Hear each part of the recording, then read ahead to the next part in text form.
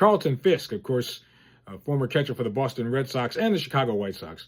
But in 1975, with the Red Sox, hit a dramatic home run in Game 6 of the World Series, waving it fair over the Green Monster at Fenway Park. And so that's a dramatic moment where maybe there wasn't a final buzzer involved, but of course the Red Sox knew that they were running out of time. And so Fisk able to turn things around with that dramatic home run. That's probably still talked about some over 50 years later.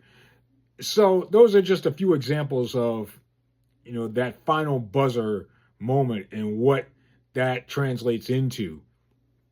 And so if you translate it biblically, I'll go to the book of Luke here. And in this passage, one of the people that was up against the final buzzer was the thief on the cross next to Jesus. Now, keep in mind, there were two thieves on the cross with Jesus when he was about to be crucified and put to death. And so there were two thieves on the cross with him. The first thief mocked Jesus and said, if you're Jesus, why don't you save yourself? So the first thief, didn't care much for the Messiah. But the second thief, that's where we pick it up. Actually, I'll read you Luke chapter 23, verses 39 through 43. I'll read it to you.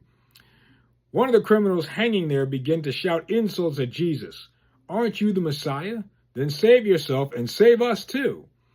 But the other criminal stopped him. He said, you should fear God. All of us will die soon.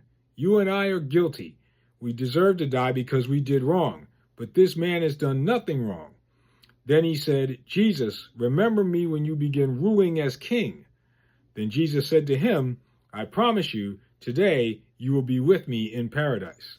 So the second thief, or the second criminal, recognized who Jesus was and what he was about, where he came from and all of it.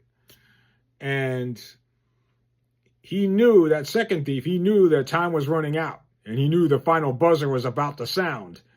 And he didn't want to be left out in the dark. So he knew what he had to do. He knew what he had to say.